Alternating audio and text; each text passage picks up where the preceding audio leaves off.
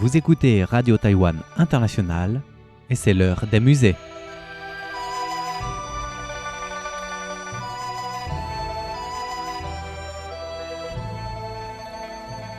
Chers amis, bonjour. Vous écoutez l'heure des musées, une émission consacrée à l'art et à la culture chinoise. La semaine dernière, nous nous sommes arrêtés en plein milieu de la première partie du deuxième épisode de notre série Célébration du temps cyclique dans la Chine ancienne.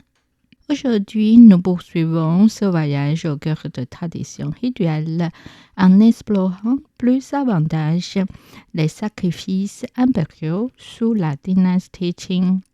Un sujet à la fois anthropologue, symbolique et profondément culturel. Pour illustrer nos propos, vous trouverez ci-dessous quelques exemples visuels accompagnés de leurs explications afin d'enrichir votre compréhension. Image 1. Qing Pachi Tongzhi, histoire complète des 8 bannières approuvées par l'empereur. La cour impériale des Qing entretenait 2 espaces rituels clés, le Tangzi dédié au culte céleste et le palais Kunning réservé aux offrandes divines. Les affaires d'État nécessitaient des rituels célestes au Tangzi, tandis que le palais Kunning accueillait les cérémonies en l'honneur de la divinité du cheval et des divinités bouddhistes. Lors de ces rituels, les chamans utilisaient des tangzi, rituels de coiffe cérémoniales et des clochettes de taille pour établir une connexion entre les royaumes humains et divins, frappant des tambours sacrés pour repousser les calamités et assurer la protection du royaume. Pour célébrer l'arrivée de la nouvelle année, la cour impériale Qing décorait le palais avec des couplets de printemps, Chunlian, des dieux de porte, Menshen, des tableaux des enseignements impériaux, Gongxun-tu, et des images du nouvel an, Suizhao-tu. L'empereur lui-même prenait part à l'ouverture des fenêtres et à la rédaction des caractères auspices, tandis que des rituels célestes avaient lieu dans le Tangzi et des offrandes aux divinités étaient présentés au palais Kunning. Divers objets symboliques porteurs de signification de bonheur et de prospérité étaient disposés pour accueillir la nouvelle année. Image 2.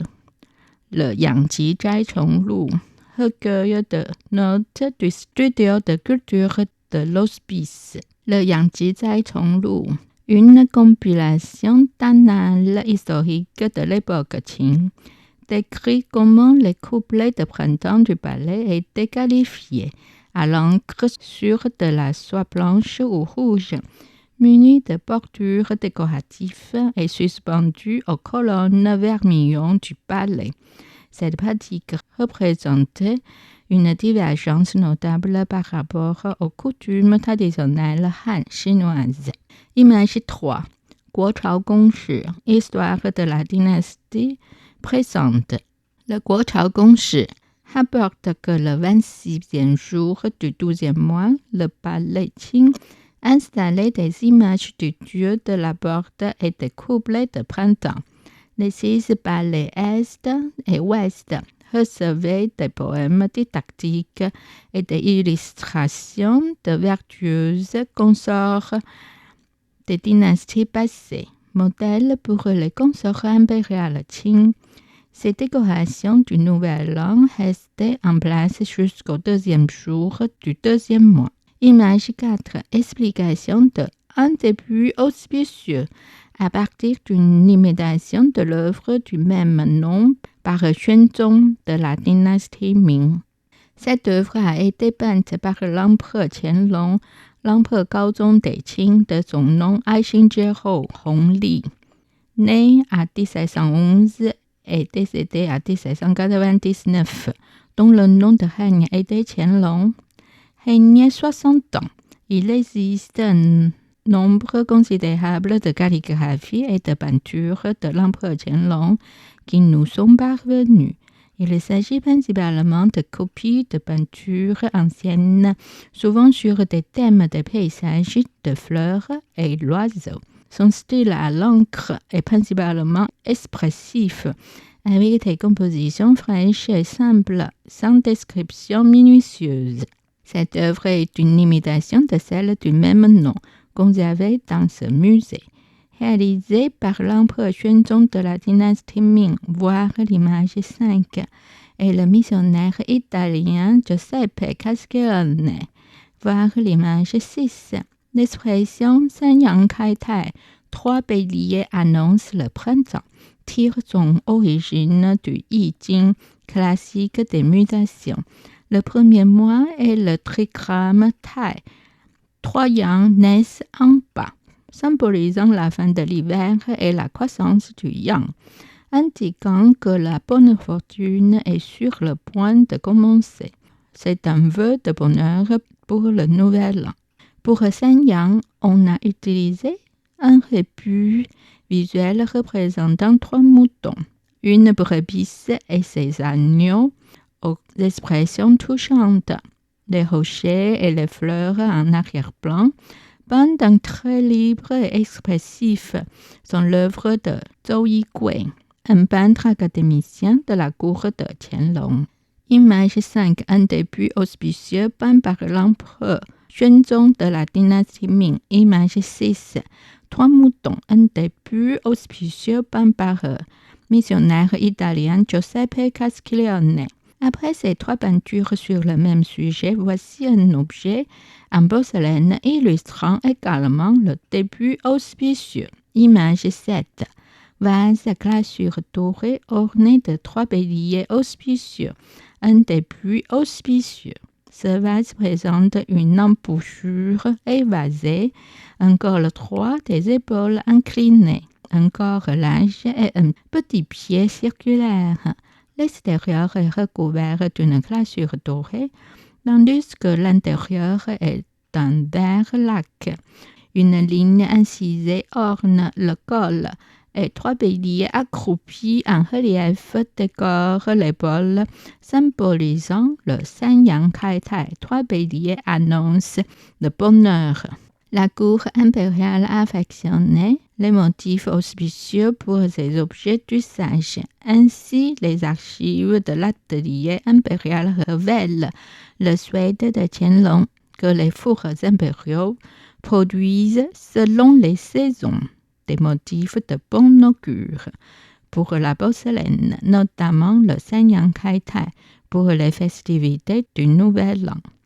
Cette pièce témoigne non seulement de la mode de l'époque, mais illustre également la production par les fours officiels de Qianlong de porcelaine figurative.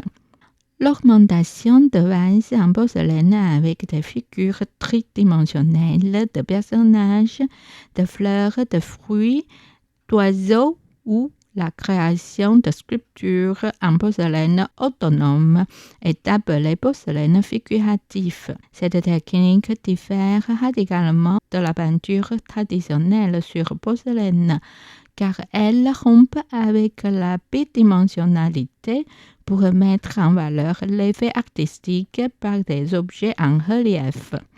Apparues sous le règne de Kangxi, ces créations furent développées sous Qianlong avec la production de vases aux 3 enfants, de vases aux 5 enfants et de bergers en porcelaine animés et expressifs. La porcelaine figurative est une catégorie de céramique qui imite l'apparence de fleurs, de fruits ou d'animaux. L'ouvrage de Wu Zhimu, 四丝六菊宴会甲录 mentionne une direction des fruits, responsable de l'arrangement de plateaux de fruits frais et de fleurs de fruits figuratifs pour l'augmentation. On sait ainsi que le terme 象征 désignés sous les sons, les imitations de fleurs et de fruits en plateau destinés à l'exposition. Sous les mines, les poteries figuratives en argile zisha de Yixing dans le Jiangsu acquirent une certaine renommée, ouvrant la voie à la production de céramiques figuratives. Cependant, ce n'est que sous le règne de Qianlong des Qing que les artisans de Jingdezhen, maîtrisant parfaitement les formules des mots et de couleurs, ainsi que les techniques de cuisson, purent imiter à volonté divers objets. Hélas, le temps passe si vite, mais il nous reste encore quelques exemples fascinants à découvrir. Ce sera pour la semaine prochaine donc. C'était l'heure des musées réalisé et animé par Miao Yonghua, diffusé depuis Taipei, Taïwan.